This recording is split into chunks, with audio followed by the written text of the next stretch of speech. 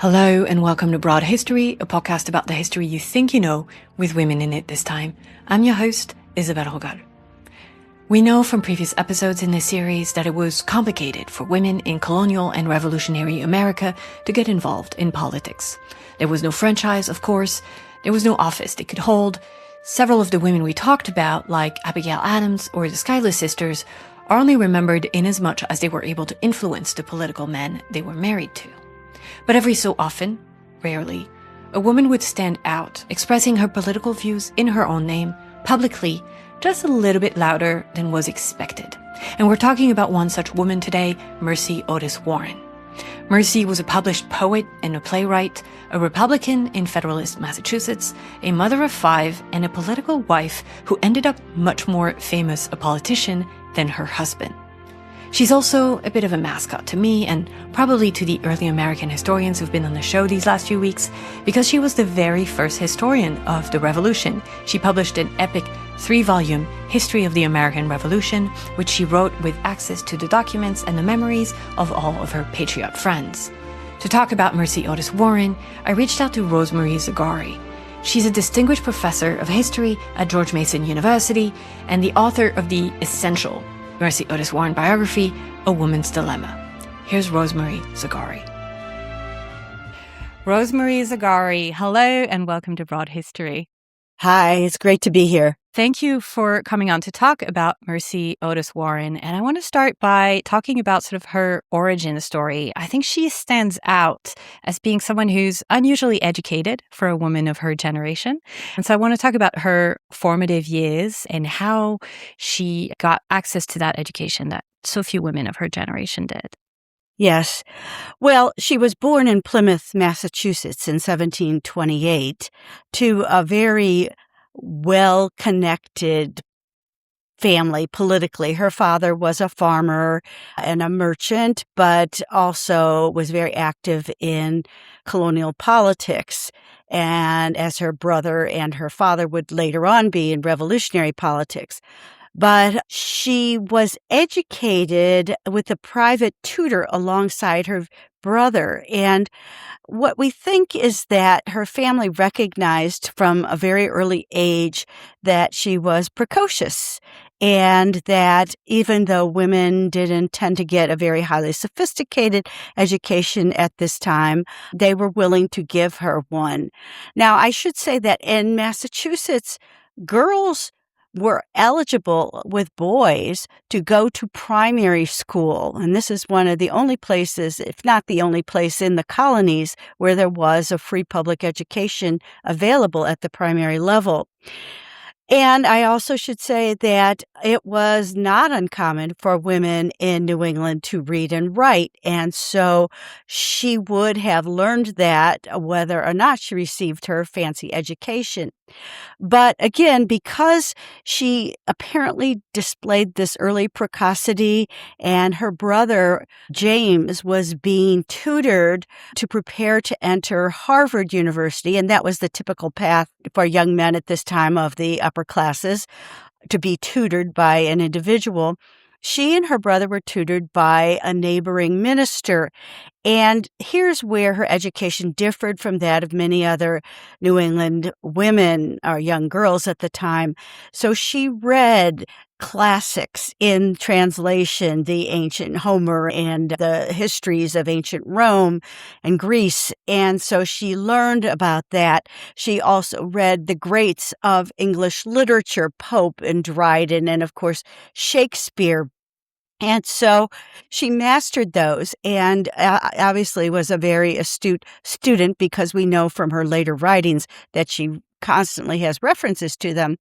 She also learned to write, and what becomes clear is that she was an excellent author, and she was a very good poetess, and that was common among women who were literate at this day to write poetry, but she also was a prolific letter writer. And then later on, of course, she became a very important writer of political plays and pamphlets and poetry.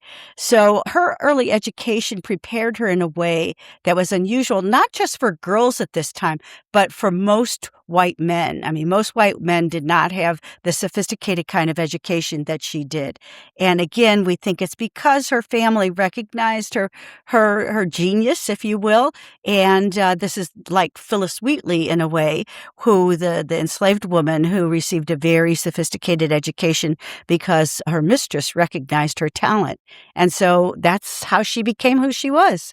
Mm-hmm. And she seems to have been very much encouraged by the men around her to nurture that talent and to be educated and to write. Yes. Although it was always her goal and the goal of her family for her to be a wife and mother.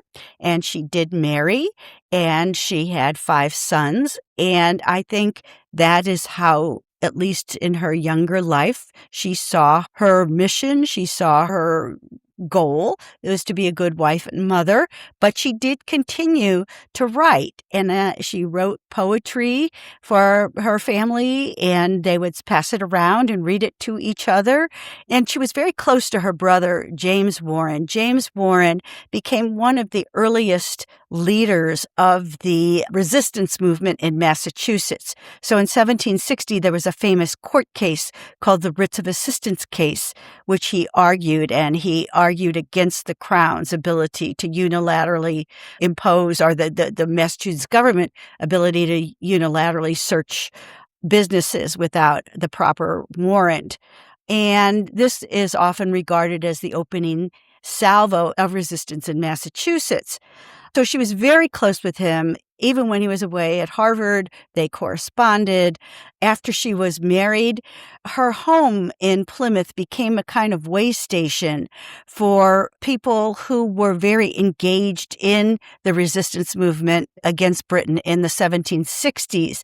And so people like John Adams, as well as her brother, James Warren, would often stop by. And she talks about remembering many conversations about politics by the fireside. And it's there that the Writs of Assistance case was discussed. It's there that the latest British policies against America were discussed. She says that in the 1770s, the idea for committees of correspondence to communicate between and among the colonies was hatched there by her friends and family. So she undoubtedly was reading the newspapers of the time, the pamphlets of the time, which were talking about these ideas of resistance, but she also had a sort of front row view to the developing ideas of the resistance. And as I said, she was in communication with her brother even when he wasn't nearby. And she was, again, very thoughtful from the beginning about politics, very engaged in politics. And this in itself was unusual because politics was thought to be an exclusively male realm. Of course, only males could vote or hold public office.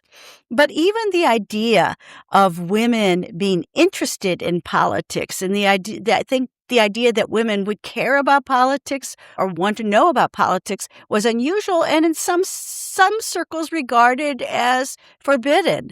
Now, over in England, Catherine Macaulay was starting to break down those barriers because in the 1750s and 60s, she was publishing her Histories of England, which not only, were about the history, but included things about politics.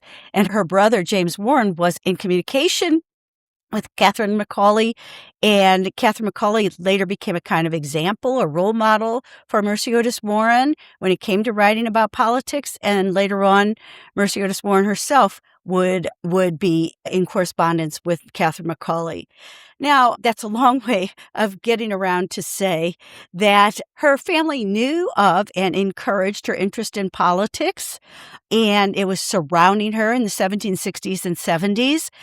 But then by the early 1770s, her brother had an unfortunate mental breakdown. He was actually beaten in a political fight with a cane in Boston, and he just became totally unstable after that and retreated to the countryside and was really never again, this is around 1770, a part of the Revolutionary battle after that. But in a way, she felt I think that she had to take over for her brother. And John Adams, who had become a good family friend by that point, encouraged her interest in politics and then began to encourage her to write for publication. So after the Boston Tea Party of 1772, he encouraged her to write a poem on the Boston Tea Party, and she wrote this very elaborate poem set in ancient times about the battle among the sea nymphs and the battle over tea and the battle for freedom. And John Adams had it published. Now, I should say, it was not published under her own name, as most of her pre-Revolutionary era writings were not published under her own name. They were published either under a pseudonym or anonymously. This was partly to protect her authorship as a woman, but it was also typical of the times. The libel laws were very strict, and talking about political figures or political ideas could be dangerous. And so she just was not simply using her name when she published her works before the American Revolution. She would after the Revolution, which is very significant, but before the Revolution, she did not. Still, that was the beginning of her publishing a series of political poems and plays in Boston newspapers, in pamphlet form. And these were poems and plays that were meant to stir up resistance against what the colonists had come to perceive as British infringements on their rights and liberties, to warn people that their rights were being taken away, to encourage people to think about the need, if necessary, to take up arms against Britain, and to just inspire people, to remind them that they are a free people and should not be subjected to the whims of a foreign oppressor who was trying to strip them of their cherished rights and liberties. So her brother encouraged her, John Adams encouraged her, and her husband, James Warren, encouraged her to publish these things. I will say that her husband, as supportive as he was of her writing, talked about her as having, and this is a quote, a masculine genius. A masculine genius. And so the idea was that politics was still gendered male. Yeah, I'm fascinated with that quote because it's something that we do a lot as humans. When we meet someone who belies the preconceived notions that we might have about a particular group, in this case, women, rather than say, oh, she's a capable political thinker, therefore women can be capable political thinkers. We exclude her from the group, and it's like, no, she's not really like women. She has masculine abilities, rather than admit that those abilities might be feminine as well. Exactly. But I just think it points to how radical what she was doing was, how she was kind of an exception that they were making because she could contribute to the revolutionary cause. And it's not as if they were saying, oh, welcome women to politics. They were saying, Mercy Otis Warren, you're useful to us, so please help us out. Right. She is tolerated because what she's doing is useful to the revolution. Yes. So what are the ideas that she is defending? What is she telling the American people through her writing, and how is it received? Okay. I mean, she became a very prolific writer with many different kinds of writings. But in the pre-revolutionary period, she is writing this political poetry, partly to encourage people to support the actions of the Continental Congress for the boycott against British goods. And she especially addresses women and encourages them to give up the fripperies of life, like lace and buttons and fancy hats and fancy clothing and tea and porcelain and silver, because the colonists were trying to stop trading with Great Britain to hurt them economically.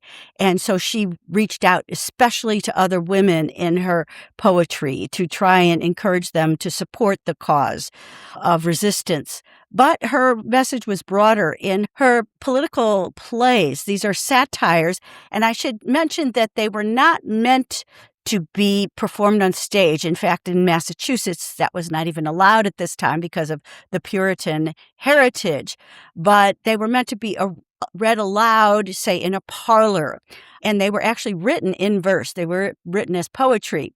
And they were satires in the sense that they were characters based on local politicians who were doing the bidding of Great Britain at the expense of the colonists. And one of her chief rivals and antagonists was Thomas Hutchinson, who was American-born, but who was perfectly in thrall to the British and who was willing to trample on American rights and liberties in the service of Great Britain just to advance himself. So she has some scathing satire about people who are willing to abandon all their principles and loyalties just to advance their own personal interests. And as I mentioned before, she's very interested in warning people about these encroachments with British policies. I mean, that had begun in the 1760s with the Stamp Act, but continued through the Tea Act, that were an attempt to diminish Americans' abilities to govern themselves through their legislatures, to take away their autonomy, to take away their right to self-government. And there were many instances of this occurring to the alarm of those who were paying attention. And she just wanted to warn her fellow colonists that this was a problem and a growing problem, and it might need to be, their liberties might need to be defended by taking up arms. As I mentioned, her works were primarily published in Massachusetts, but especially the pamphlets began to circulate outside of Massachusetts. She was really trying to warn people to be vigilant and virtuous and to be willing to make the sacrifices they needed to make to protect their liberties. Is she then, with all this writing, is she what they called a female politician? And we should probably explain what that word means at the time. Yes. Well, that is a word that emerged around this time, female politician. And it meant simply a woman who was engaged in political ideas and wanted to talk or write about politics. Sometimes it was used pejoratively, sometimes it was used positively. So you can't really generalize about that. But I think what you see is that women are becoming more politically engaged at this time. And it's partly because male political leaders realized that if they were going to be successful in their efforts to resist Great Britain, they needed to enlist the support of women. Especially, as I mentioned, in these pre-revolutionary boycotts, women were the great consumers and often the great purchasers of the family. And male political leaders knew that they needed to get women on board to support these efforts. And so you start to see poems and essays in newspapers appealing directly to women to support these causes. So women were reading this, and women were starting to get more politically engaged. And then with the coming of the revolution in 1775 and then 1776, more and more women found themselves, whether they wanted to be or not, engulfed in the war, in the results of the war. Especially if British troops were nearby, they had to worry about whether the British would take their crops or steal their animals or even assault them personally, threaten them physically. And more and more women, kind of necessity, started to become more interested in politics because it was affecting their daily lives. And so this term female politician started to emerge as a term to refer to women who were interested in reading about, talking about, engaged with politics. And I would say that Mercy Otis Warren was kind of the preeminent female politician. Mm-hmm. And she's also writing about this notion that we see in the American Revolution, right, of natural rights. Is that right? Yeah. Mm-hmm. What do we mean by that? What do we mean by natural rights? I might want to define that. Yeah. So I think, like other Americans at this time, educated Americans at least, she had a strong sense of the way in which the tradition of British rights and liberties, particularly a tradition of self-government, representative government, of the elected legislature being the voice of the people, was a long tradition in Great Britain, embodied most especially in the House of Commons in Parliament, and then transferred to these lower houses of the colonial assemblies. So, the lower house of the Massachusetts Assembly was the bastion of resistance to British policies in Massachusetts, as was true in many of the other colonies, very vocal in sending petitions and making declarations and alerting the people to what was happening with Great Britain. So they were in the forefront of that. And so I think her belief in rights was grounded in this tradition of Anglo-American rights. But then as the time for revolution came closer, it was clear that you can't really justify revolution on the basis of British rights. You have to turn to John Locke and his theory of government and the idea that when a king becomes a tyrant, revolution is justified. And you had people like Thomas Jefferson, even before the Declaration of Independence, writing about natural rights and how these rights are universal, grounded in nature, given by God to all people throughout the world, and that what was being violated were the colonists' basic and fundamental natural rights, not just their rights as Englishmen. And so this is the kind of tradition that emerged, that the colonists rallied around to help justify their resistance and then their revolution against Great Britain.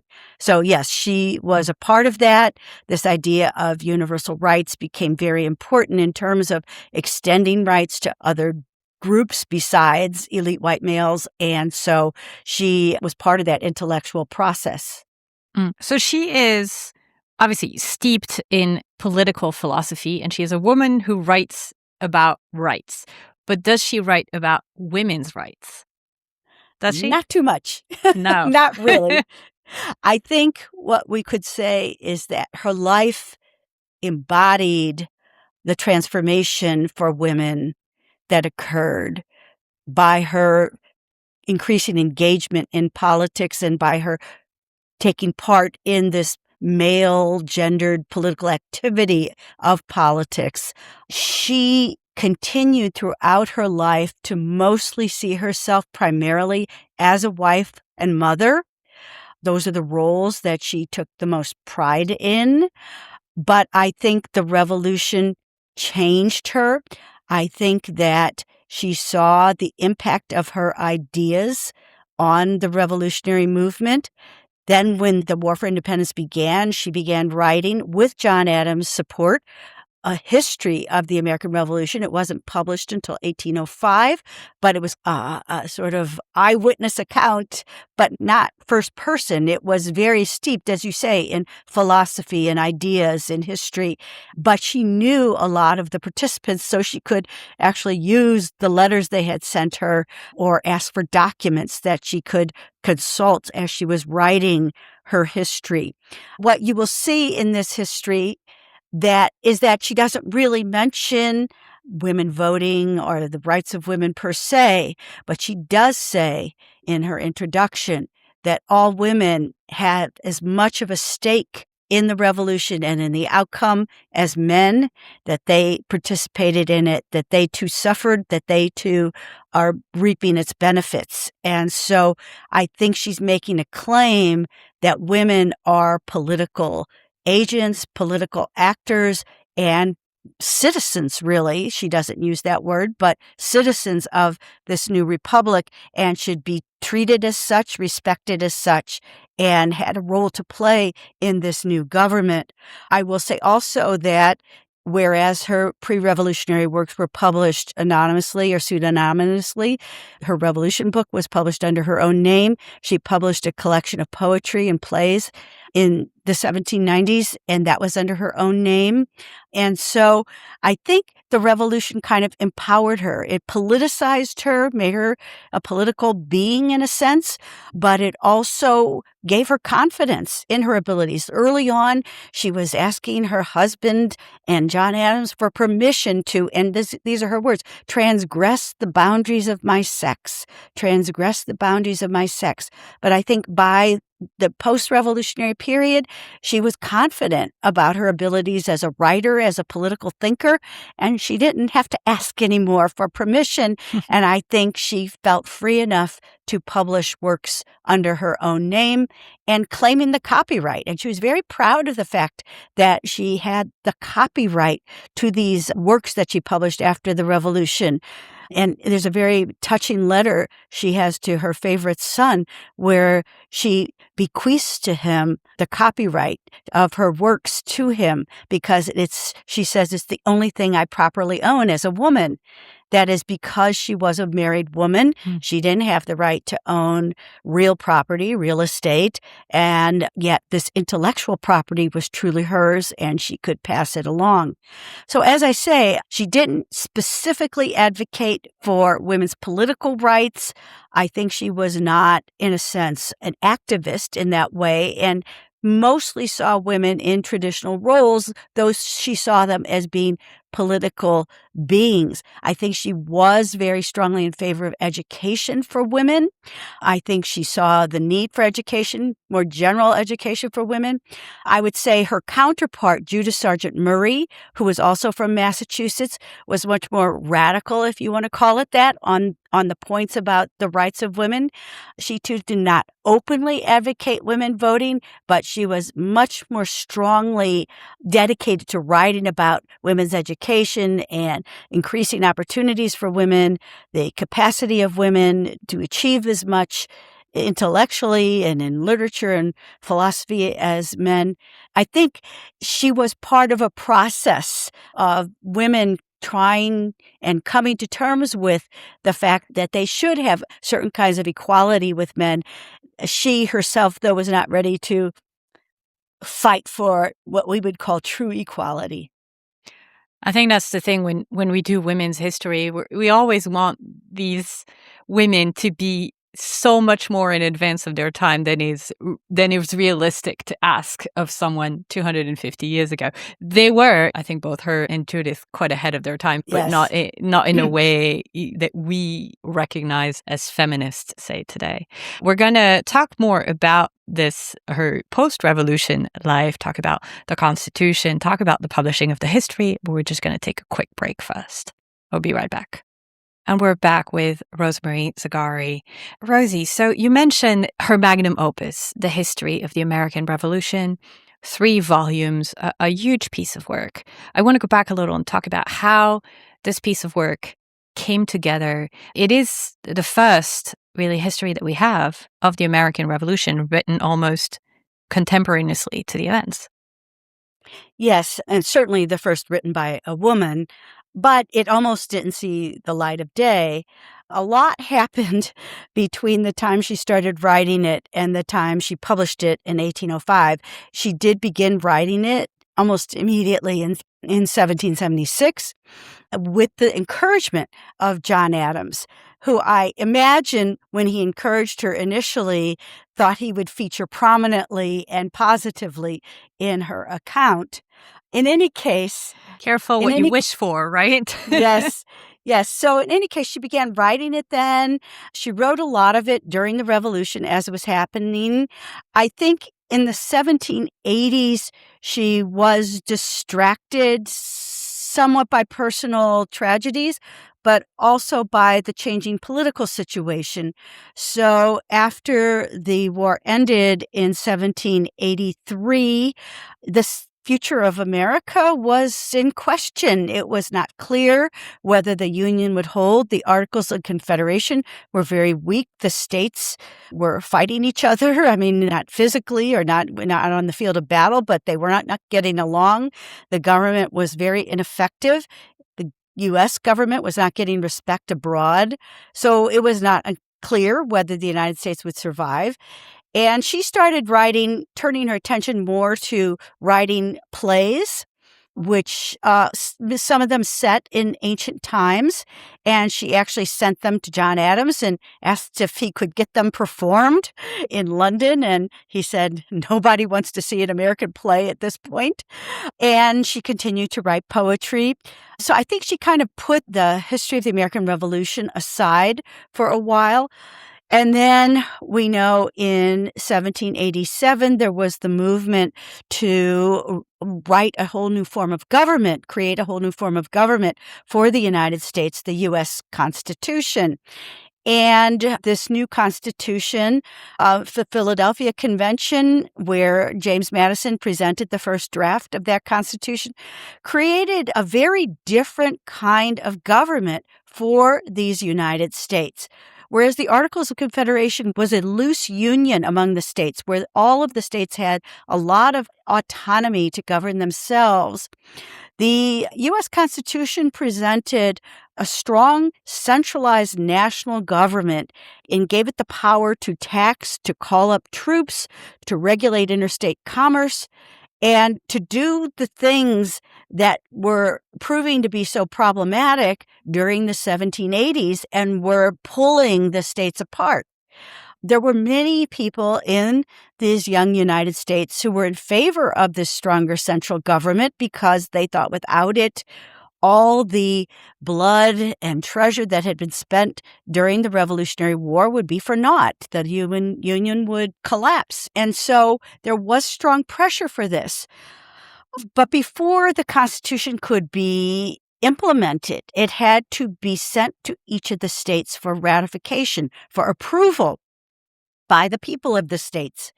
And as it turns out, Mercy Otis Warren and her husband were not fans of this new government.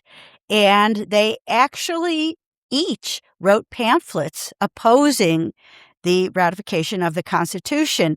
And Mercy Otis Warren reverted once again to publishing her work under pseudonym, a Columbian patriot, which I think is a really interesting way to style herself. Columbia was the symbol, the icon of America. And she was a patriot because she thought she was defending the true principles of the American Revolution in this document. What she opposed was this centralizing tendency, putting too much power in a government that she thought was distant and far away from the people, taking power away from the local state governments and not according them the power that they needed and deserved. And most especially, she opposed the Constitution because it lacked a Bill of Rights, a protection for individual rights and liberties. And she said, you're creating a strong new central government and you're not providing written guarantees for the right to freedom of speech, for the right to be protected from unwarranted search and seizures, the right to trial by jury. You're not doing that. And she wasn't alone in this protest, I should assure you. There were many other people, and we call them anti-federalists, who were also making these pleas.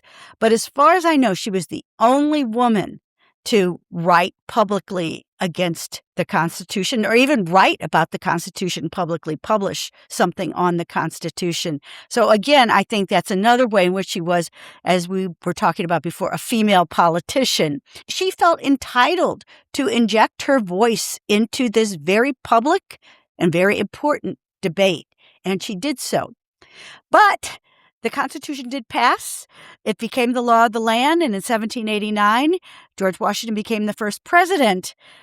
And this public opposition to the Constitution did not do her or her husband any favors.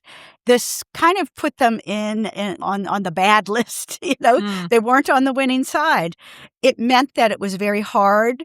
She actually, when John Adams became vice president, wrote a letter pleading with him to give her son a patronage appointment, an appointment from the federal government. And he very, very ignominiously rejected her, buffed her, and kind of scorned her, which was very unpleasant for her.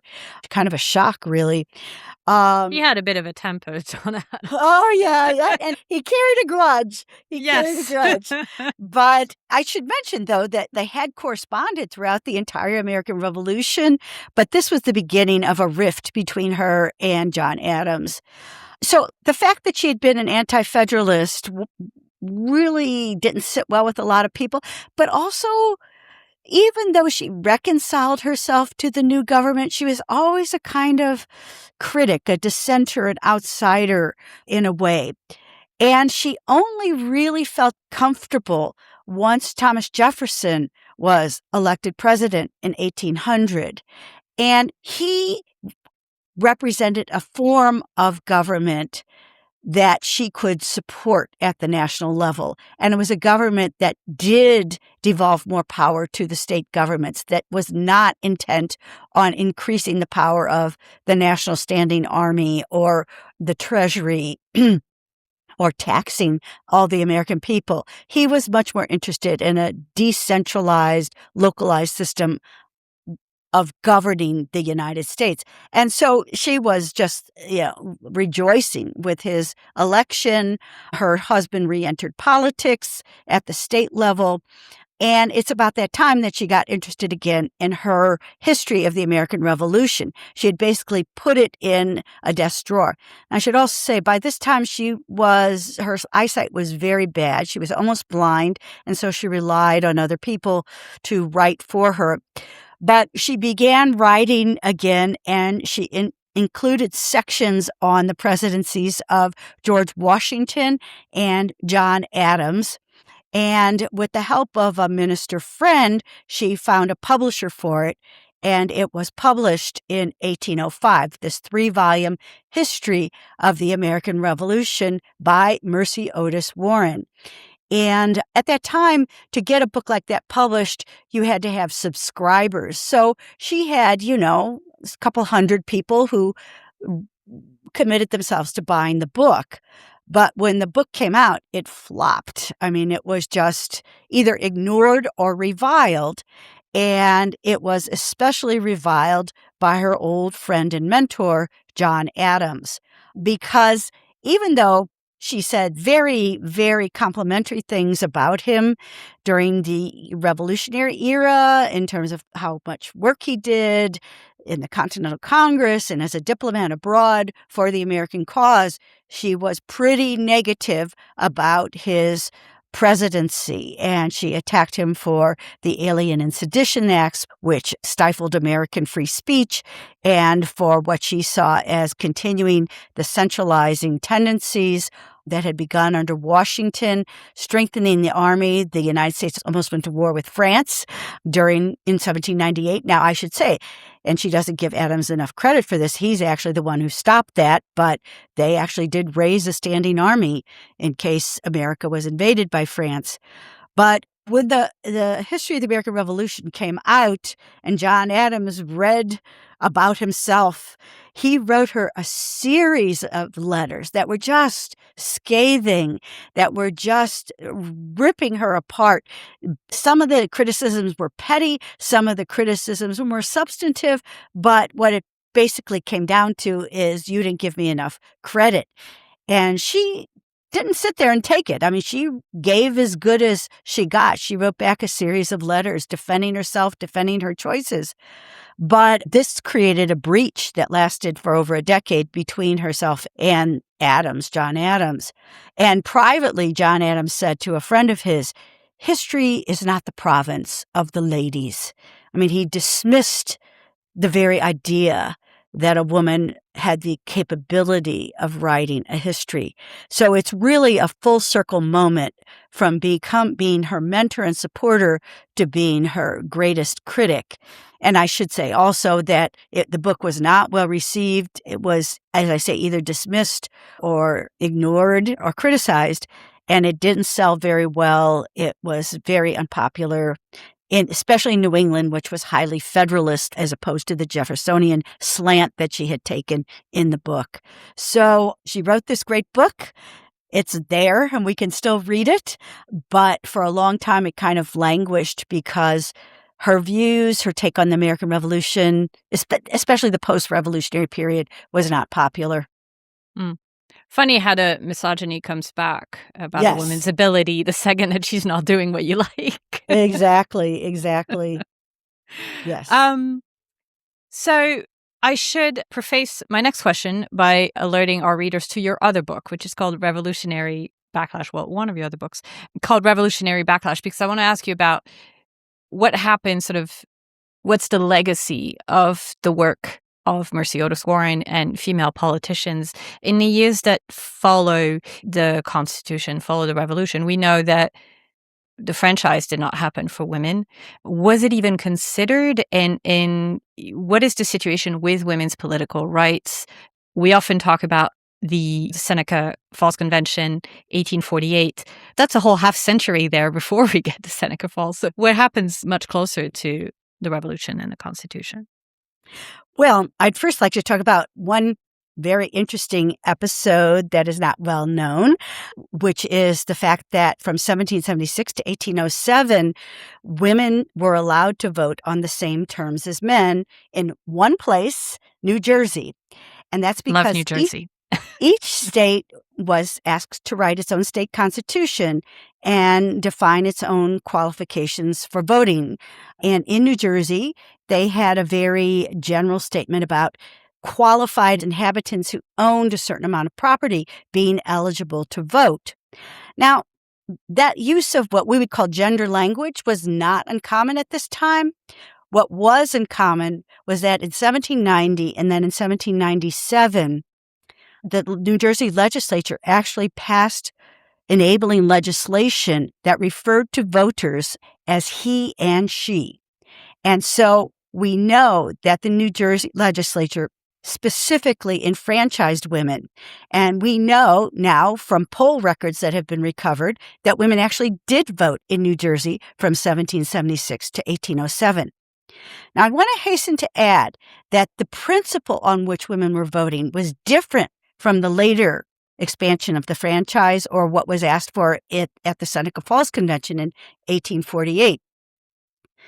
The idea was, remember, one of the major protests against Great Britain was no taxation without representation. And as you know, married women could not own their own property, and that disqualified them from voting on the face of it. But widows and unmarried women could own property, and they were in a small minority, but they could own property, and they did have to pay taxes on that property. So on that basis, New Jersey extended the franchise to women who were eligible, that is, to widows and unmarried women who met the property qualification for voting. This also enfranchised the free blacks in the state of New Jersey who met the property qualification for voting. And what you have then is this amazing episode in New Jersey from 1776 to 1807, where women and free blacks who met the property qualification could vote and did vote. Now, this, as you can imagine, caused an uproar. It was extremely controversial from the beginning. And it wasn't as if all women were celebrating. This wasn't as if everyone was saying, oh, how great women are voting. There was a lot of discussion about women who voting becoming manly women. That was kind of the way they talked about it. And the men were afraid of the despotism of the petticoat, as they called it. So there was a lot of debate. It was known outside of New Jersey, and perhaps not surprisingly, Abigail Adams more or less said, if I was in New Jersey, I would be voting too. But it was very controversial. And then in 1807, the New Jersey legislature passed a law that disenfranchised women and free blacks by specifying that only free white males could vote. And this was the beginning of a trend that I call a backlash, where there is an explicit effort to limit political rights to men. This is the most vivid example, but there were other examples as well. But to get to your broader question about what was happening with women in the post-revolutionary era, I should say the French Revolution happened. Mm-hmm. And there was this amazing transatlantic debate about the roles and rights of women in the 1790s. And this was occurring in Britain, in France, and in the United States. People were reading what was happening in France with the role of women in the French Revolution, their activism, the brief period in which they received a lot of rights, which were then taken away, I should say. Backlash was pretty horrendous.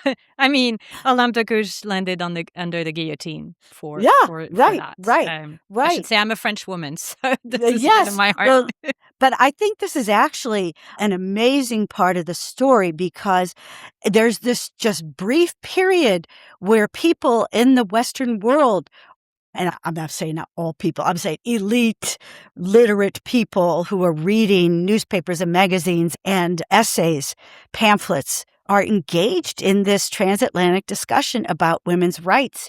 And they are actively considering whether women should be allowed to vote and hold public office. And a Brit, Mary Wollstonecraft, published in 1792, A Vindication of the Rights of Woman, which I think actually brought that whole discourse of the rights of women into the public domain, and gave people a hanger on which to discuss these questions. And so the whole question was, well, did women have rights, and what rights were those? And again, this is at the very same time women are voting in New Jersey. And so you have an example of women acting politically. This is the very same time that women are marching on Versailles. Women can act politically in the same way as men. And of course, that was a very threatening proposition to many men. It threatened the whole hierarchical structure of society, the gender roles, the idea that women should be wives and mothers and men belonged in the public realm. And so it was a very contentious debate. It was a very, very fraught debate. But I will say the ideas about women being allowed to vote and hold public office were being voiced in the 1790s on both sides of the Atlantic, in Britain as well.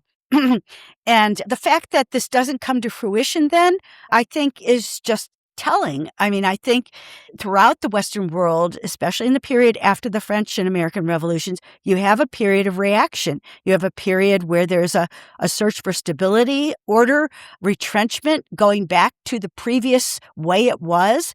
And I think that there's just a move to just clamp down on this debate. And so I think after about the 1820s in the United States, this idea of women acting directly in the political realm, it kind of gets pushed to the side. And actually the idea of these female politicians gets to be reviled, gets to be dismissed and disparaged. I think it's telling, because I think that we go through periods throughout history where we have immense change, and somehow then society can't incorporate all those changes, and there's a reactionary moment. And I think that's what happened with the debate over women after the American Revolution. So, yeah, that's something I think the contemporary listener will recognize and can draw their own parallels. But the hope is, again, by the 1840s in the United States, a whole other generation was rediscovering the need for women to have political rights through the anti-slavery movement. In particular, they realized they should have the vote if they really wanted to get rid of slavery. And you get this first Seneca Falls Convention, and they remember that women voted in New Jersey. They remember that there was this example of women's political activism in the Revolution and in France. So the lessons were not for naught. It just didn't develop in a straight line in the kind of linear progress that we often so often expect from people who lived over 200 years ago. And to this day. Thank you so much for this wonderful conversation. I really appreciate your time and learning so much about our early female politicians. Thank you. Thank you. Thank you. That was Rosemarie Zagarri. Her books, plural, A Woman's Dilemma and Revolutionary Backlash are both in a Broad History bookshop. Link in the show notes and at broadhistory.com, as always. This concludes our Revolutionary Women's biographies. Go back if you haven't listened to them all. We met Abigail Adams, Eliza and Angelica Schuyler, Elizabeth Freeman, Phyllis Wheatley Peters, and of course, Mercy Otis Warren. I hope that learning about their lives gave you a more complete picture of the American Revolution. It certainly did for me, and that from now on, you'll be able to rattle off their names and their accomplishments, just as you might Washington, Jefferson, or Hamilton. We have one more episode in this series before we leave the American Revolution behind, and that's the second part of my conversation with Carol Birkin, who opened the series back on the 4th of July. We'll be looking at the end of the American Revolution and its consequences for women, particularly Black and Indigenous women, as well as the fate of loyalists who didn't have a place in the United States, and then what political space the new country carved out for women. If you've never heard of Republican motherhood and separate sphere theory, that's the episode you want to be listening to. And let me tell you, there are a lot of parallels with 2026. And that's all next week. Until then, this has been Broad History, and I've been your host, Isabel Hogal. Music by Aaron Kenny. I'll talk to you next week.